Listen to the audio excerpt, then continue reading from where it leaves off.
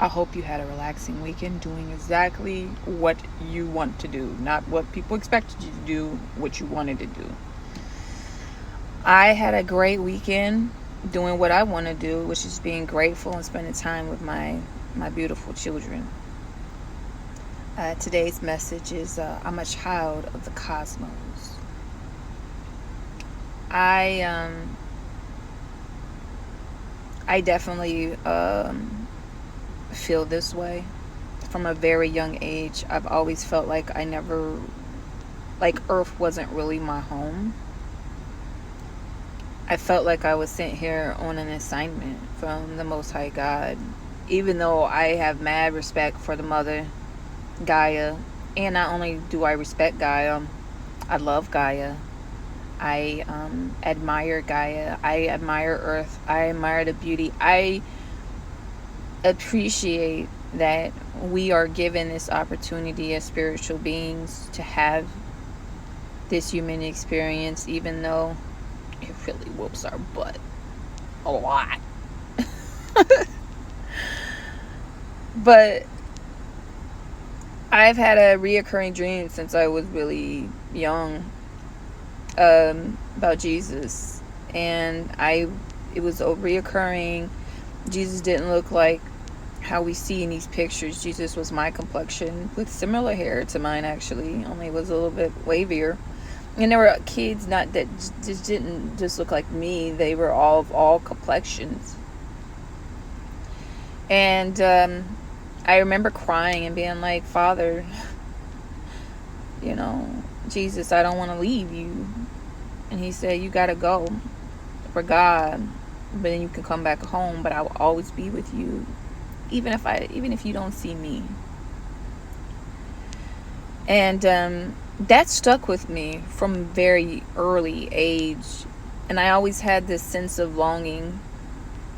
And when I was younger, what it showed up as, because I had this sense of not being home, but still being present on a place where I had to be,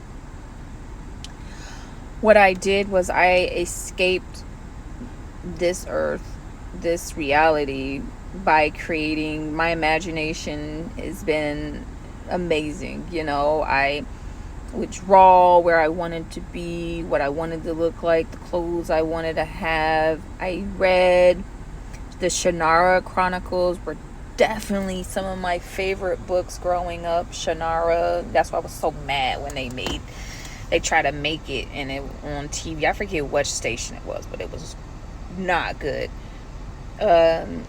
Stephen King, I threw myself into the arts. I threw myself into the books because it was a place that I could go where I could create my own reality and live the way that I wanted to, because everything that was happening around me on earth, I think the best word I would describe it was lack.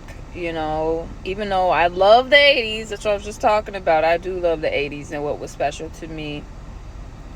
I had a lot of lack, in terms of like the deepness, the love of engagement and fulfillment, and I didn't have that, with the exception of what my sister did for me when she would take me, to LA with her, and my mom did too on occasion. But it was much to be desired in the reality growing up in Muncie, Indiana, being bored out my mind. And that was my way. I always was an outsider. I always called myself a super minority because I grew up mixed, and when I was growing up mixed, it was not popular. My mom had a disability, and my parents were divorced, and we were poor, and it was just, you just stack all that on top of each other. And so it was just kind of I didn't fit in anywhere. I was cool with everybody. That's the thing about me. I'm always going to show up. I'm always going to be the same. I'm going to be cool. You like me, you don't, okay. And but I would, I'd be present, but it was kind of like I never belonged to anybody. It's like I could never really find my people like that, like people I could commune with, who I thought really understood me, who got me with thinking like how I have. Like, I've always been into the spiritual, supernatural things, spiritual things, understanding the universe, understanding, physics, and I've always searched for someone that I can talk to have these really interesting, meaningful conversations about, like, what is beyond the humdrum of life. What is beyond the routine of, like, waking up and doing the same thing on repeat. Dating people just to marry them, dating people just to say you're dating them, dating people just to survive, going to school just to work a job that you hate. No. Like, there's so much more. I've always tried to, like, think outside the box. I always have thought outside the box. I always have not allowed the perimeters of this reality to define me. And that's how I was able to leave Muncie, Indiana, and go to Culver Academies, is because I refuse to let the world define me, confine me, create my limitations. I decided that whatever I wanted to do is what I would do, and so I did it. Because I'm a divine being that is not being held by the rules of on this planet. Sorry. As a spiritual being of energy, I am much more outside of my body, even though I love and care for my temple, and I will, until Most High God decides that my time is ready to end here for this lifetime. But, even growing up with seeing the things and experiencing things I did, there's no way that I could ever really relate, because, like, it's like my intuition, my senses are very, very robust. I see, hear, and feel more things than most people do. I am aware of things that most people probably won't pick up or be sensitive to. I don't think it's that I'm special. I think that I'm just naturally inclined to do it. And because of that,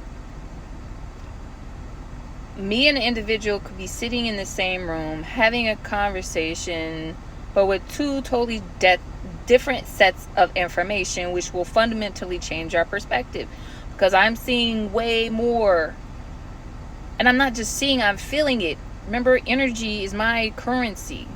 I go primarily off of energy. I don't go off of just what I see, what I hear, what I touch. I go off of what I feel and what I know. What I know. And my hearing is next level.